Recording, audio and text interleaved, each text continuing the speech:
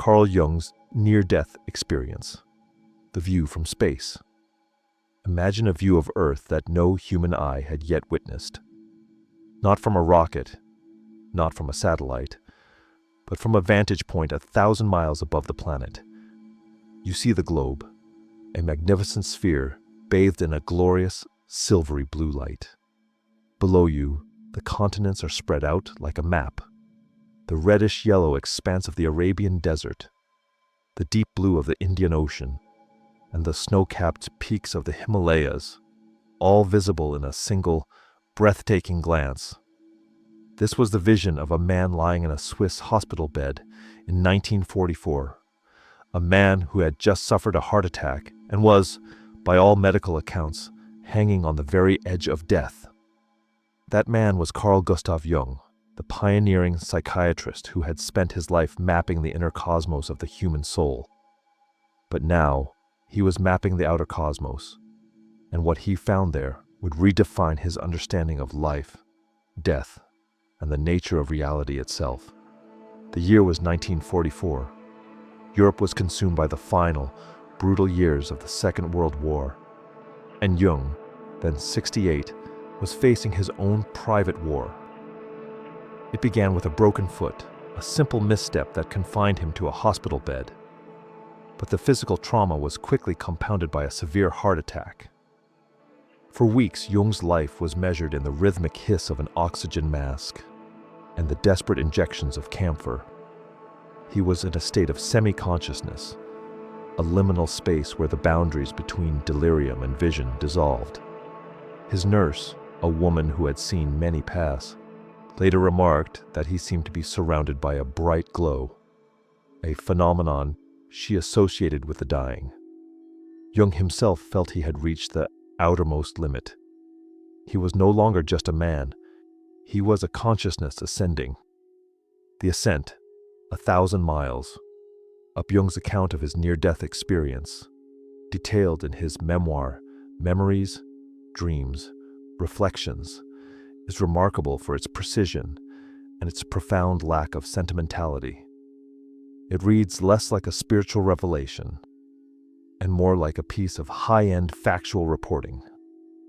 He calculated his altitude at roughly 1,000 miles, a distance that would not be confirmed by human travel for another decade and a half. From this height, he felt an overwhelming sense of detachment. The Earth was not a home, but a beautiful, shimmering object. His gaze was drawn to the Indian subcontinent, a region that had always held a deep, symbolic fascination for him. He saw the world not as a collection of nations or conflicts, but as a single, unified organism. It was a vision of totality, a perspective that dwarfed the concerns of his professional life and the global conflict raging below. The destination, the stone temple. After contemplating the earth, Jung turned his attention to a new site, a colossal, dark block of stone floating in space, roughly the size of his house. It was a meteorite, but it was also a temple, hollowed out of tawny granite, reminiscent of the rock-cut temples he had studied in India and Ceylon. As he approached, he saw a small antechamber. Inside, a black Hindu sat silently in the lotus posture, awaiting him. This figure, a symbol of the East's ancient wisdom, seemed to guard the entrance to the temple proper, which was framed by countless tiny oil lamps, a wreath of bright, but the most profound part of the journey occurred just before the entrance. Jung felt a process he described as a sloughing away. Everything he had ever wished for, aimed at, or thought, the entire phantasmagoria of earthly existence, was stripped from him. It was an extremely painful process, a total annihilation of the ego. Yet, something remained, his history. Jung is quoted, "It was as if I now carried along with me everything I had ever experienced or done, everything that had happened around me. I might also say it was with me and I was it. I consisted of all that, so to speak. I consisted of my own history, and I felt with great certainty, this is what I am." I am this bundle of what has been and what has been accomplished. He was reduced to his essential self, a bundle of pure, objective history. This was the ultimate individuation, a state of extreme poverty, yet simultaneously of great fullness. He was certain that inside the temple, he would finally understand the historical nexus of his life, the beginning, the end, and the purpose of his existence. Just as he was about to step across the threshold, a new image rose from the direction of Europe. It was his doctor, Dr. Theodor Hemmer, or rather, his likeness, framed by a golden chain or a laurel wreath. Jung instantly recognized him, not as the man who administered the injections, but in his primal form, as a Basileus of Kos, a king or avatar from the island of Hippocrates, the ancient father of medicine. A silent telepathic exchange took place. Dr. Hemmer, delegated by the earth itself, delivered a message. Jung had no right to leave. He had to return. The vision instantly ceased. Jung was back in his body, back in the hospital bed, and consumed by a profound, bitter disappointment. The painful process of self-stripping had been in vain. He was not allowed to enter the illuminated room. He felt he was being forced back into what he called the box system, the artificial, three-dimensional world where each person sits alone in a little box.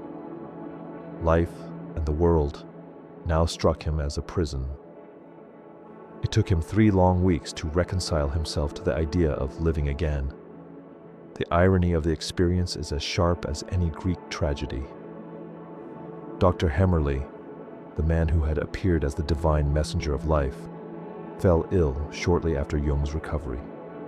Jung, still convalescing, had a vision of his doctor's death.